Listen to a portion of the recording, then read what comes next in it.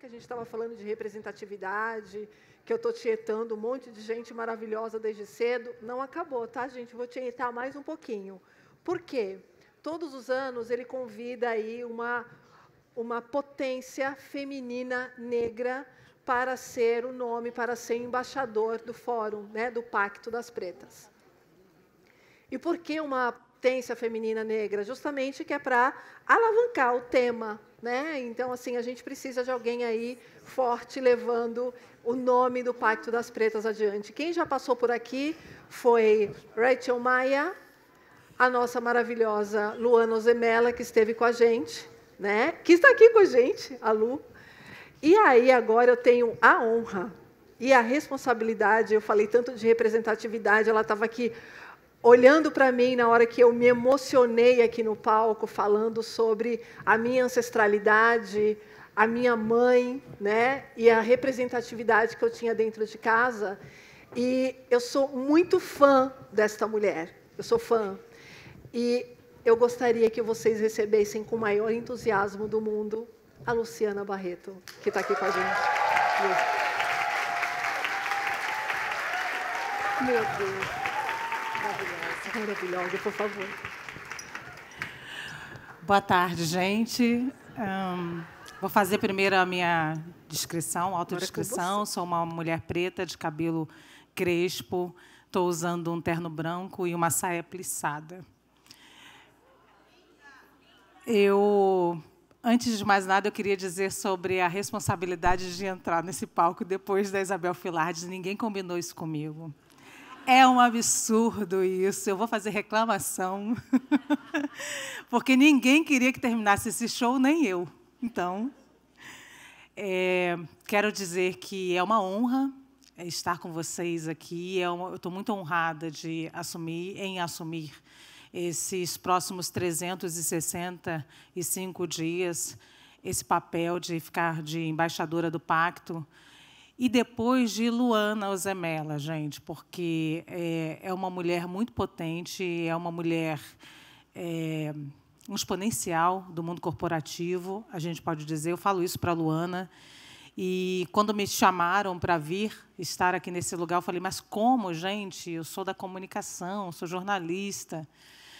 Mas eu acho que a gente vai tentar trazer um pouco da comunicação também para isso, para o Pacto, e acho que esse é o motivo do meu convite. Me chamaram para falar aqui agora, hoje, um pouquinho, eu vou tentar encurtar um pouquinho a fala para a gente não ter problema com a nossa agenda aqui, sobre comunicação como estratégia de promoção da equidade racial e de gênero. E eu pensei que a gente precisa, talvez esse não foi um assunto aqui hoje, entender um pouco da força e do poder da comunicação. Eu digo isso porque eu vou começar a minha fala com perguntas e não com respostas. Perguntas. Por que a comunicação é tão relevante para alguns grupos? Por que o poder está nas mãos de homens brancos? Por que as Big Techs também estão nas mãos de homens brancos? Porque o conteúdo de pessoas pretas supostamente não é distribuído da mesma forma que de pessoas brancas. E eu falo supostamente aqui porque a gente ainda não tem uma pesquisa sobre isso, mas a gente tem a nossa prática, a nossa vivência e as milhares de reclamações de produtores de conteúdo negros que dizem que não tem a mesma distribuição. E aí tem várias pesquisas, aí sim, empíricas, né, mostrando que esse conteúdo não é distribuído da mesma forma. Porque sempre há uma acusação de algoritmo racista.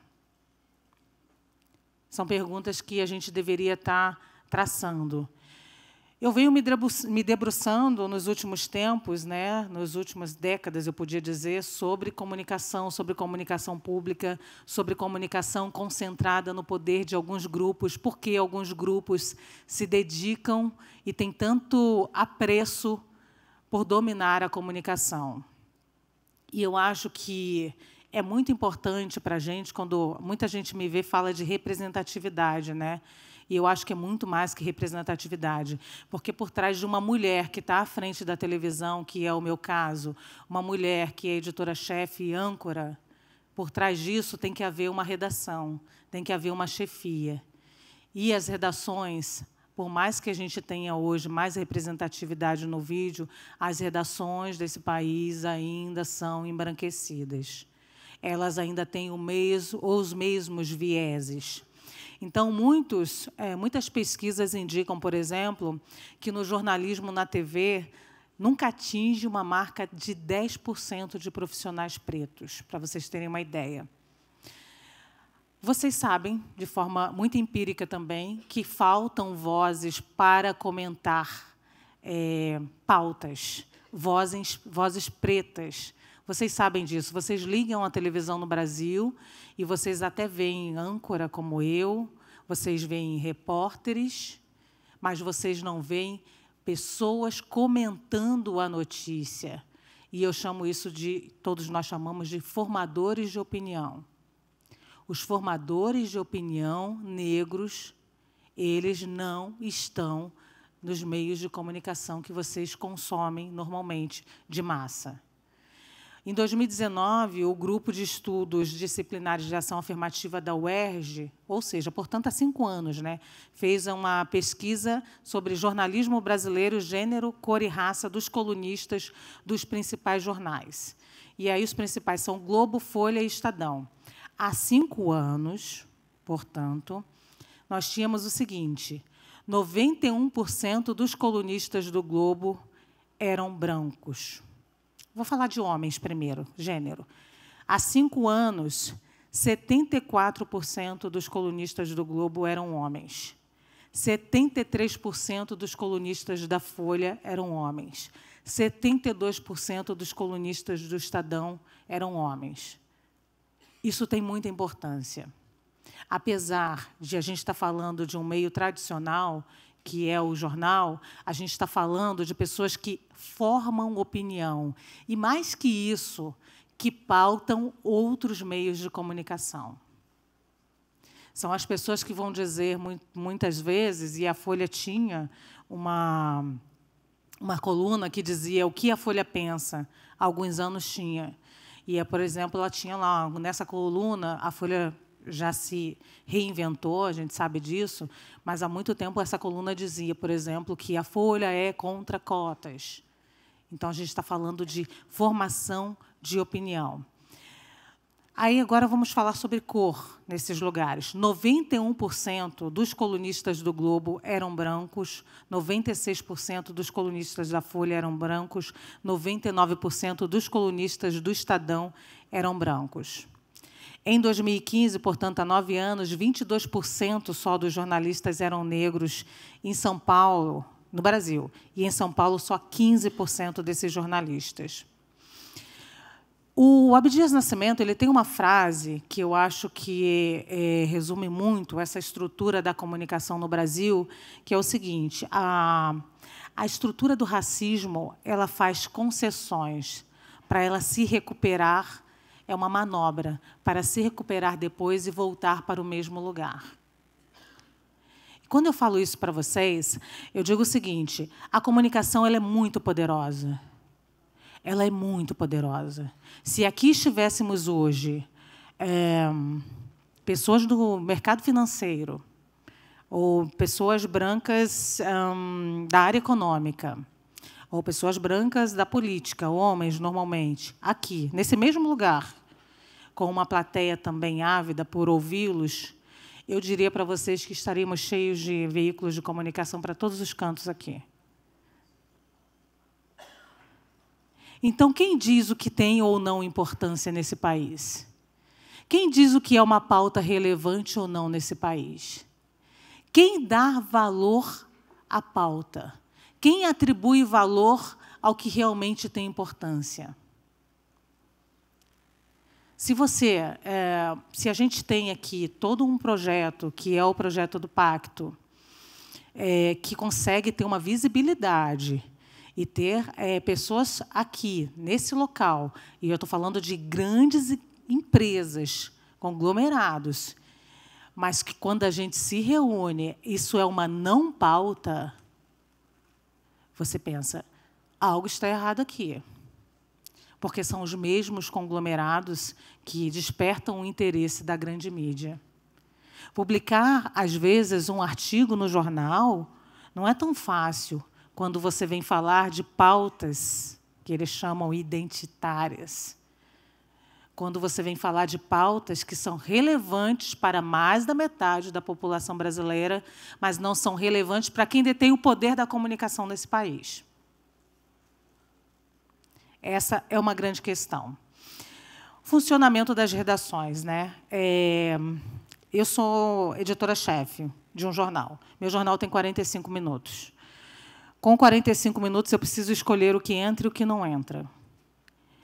É subjetivo? É um critério subjetivo. Tem a ver com o alinhamento da empresa? Tem a ver com o alinhamento da empresa. Então, se a empresa... eu já trabalhei em grandes... Vocês sabem que eu já trabalhei em muitas empresas de comunicação desse país. Então, tem empresas que têm uma linha mais para a política e a economia. Eu, hoje, estou na TV pública, que tem uma linha muito mais voltada para o que importa para o grande público, né? Não está relevante como o que se vê nos grandes meios de comunicação, mas eu preciso fazer escolhas. Dessas escolhas, eu falo, o que tem valor ou não para ir para a televisão? O que importa para esse país? Alguém faz essa escolha. Então, muitas vezes, eu ouvi em grupos que eu trabalhei, por exemplo, vamos mandar uma equipe para um lugar X. Digamos que seja uma comunidade e uma comunidade... Eu vou pegar a geografia do Rio de Janeiro, tá, gente? No Rio de Janeiro, às vezes, a gente tem uma comunidade de, sei lá, 30, 40 quilômetros de distância. A gente fala, é longe, não tem equipe para isso. Não é o valor da pauta, e não é a relevância, e não é a discussão.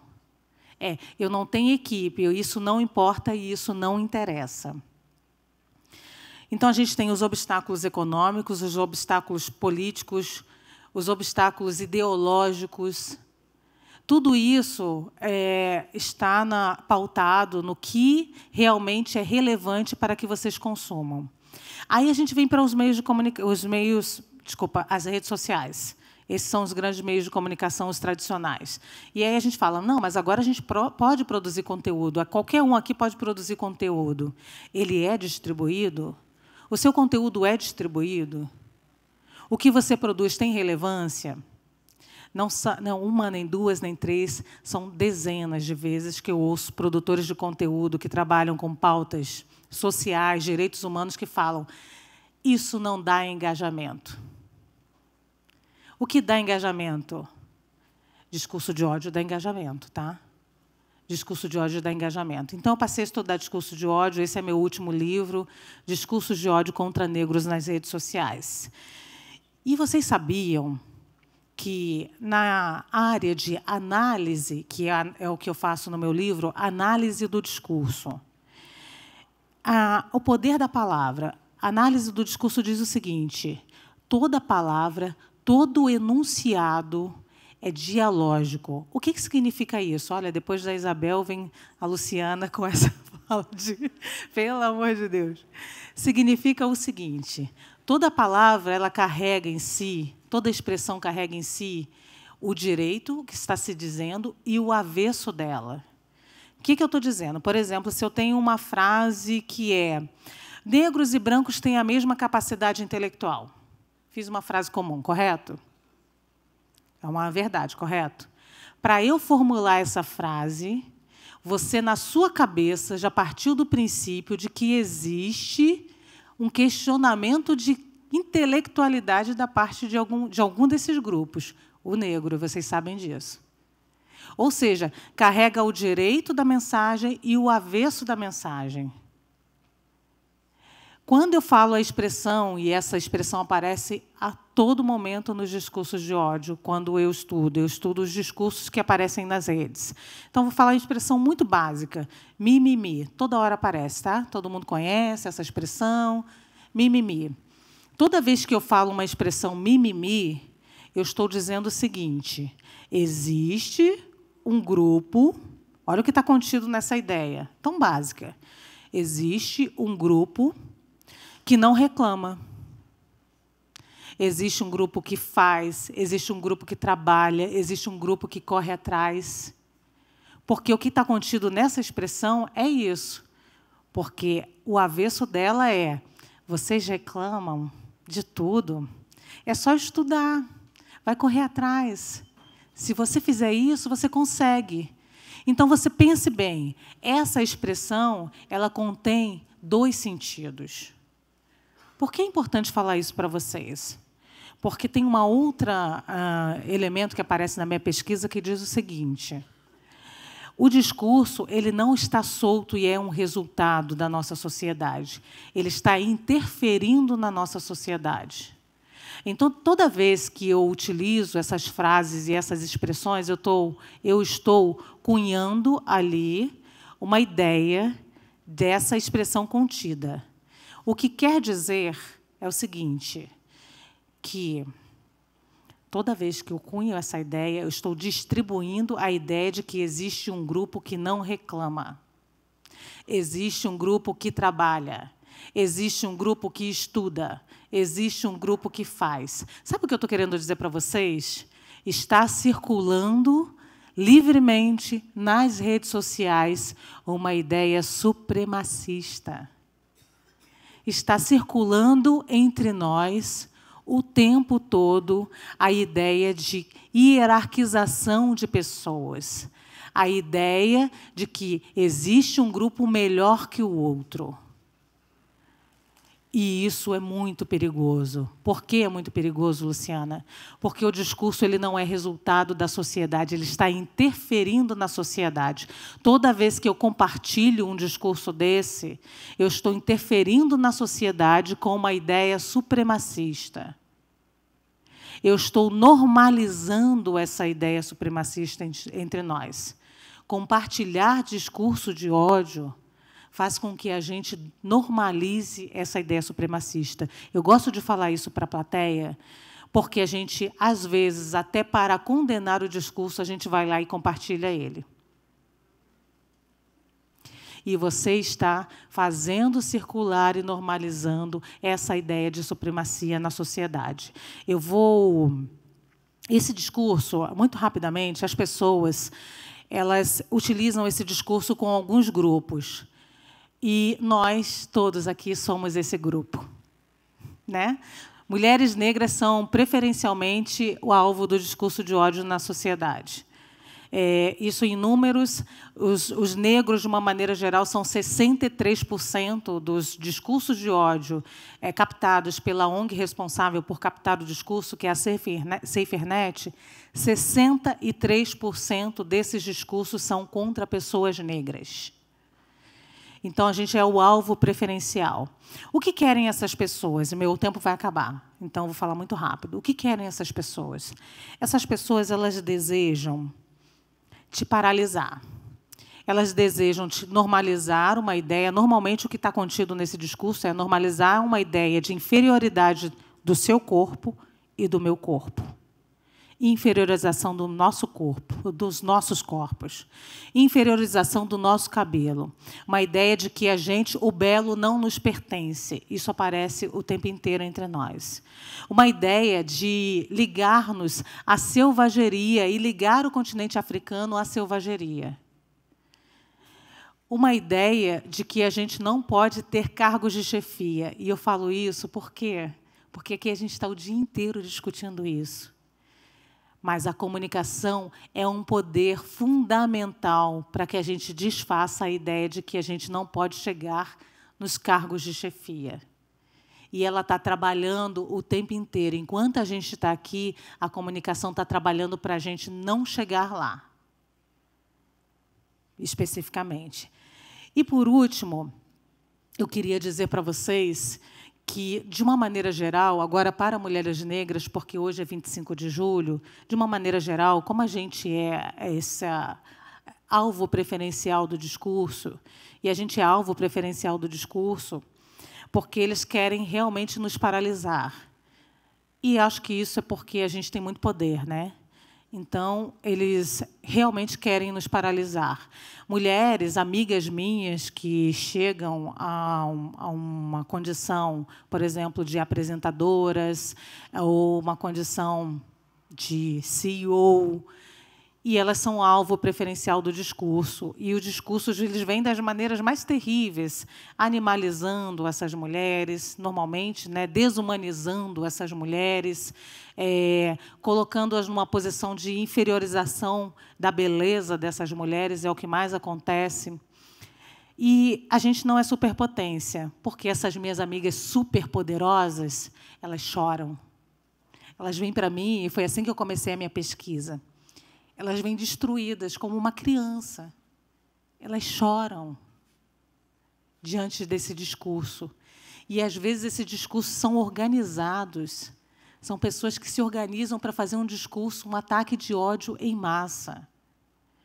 É muito triste o que acontece. Então, o que eu acho que essas pessoas querem, e alguns vão tentar fazer você acreditar que você não consegue. Alguns vão tentar fazer você acreditar que você não é bela. Alguns vão tentar fazer acreditar que você não tem competência, que você não tem know-how. Alguns vão tentar. Vai circular bastante discurso nesse sentido. Alguns vão dizer que vivemos em harmonia, né? Aquele velho discurso do estamos numa democracia racial. E ele circula ainda livremente, esse discurso. Ele é muito palatável, né? Alguns vão tentar dizer que a gente vive em harmonia. Mas essa suposta harmonia quer dizer silêncio. Silencie-se. A gente não vai silenciar e a gente não vai parar. Obrigada.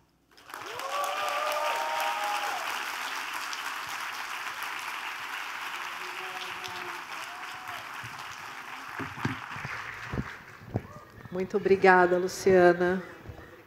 Por favor, para você. Deixa eu aqui desse lado. Cadê nossos fotógrafos? Estão aqui.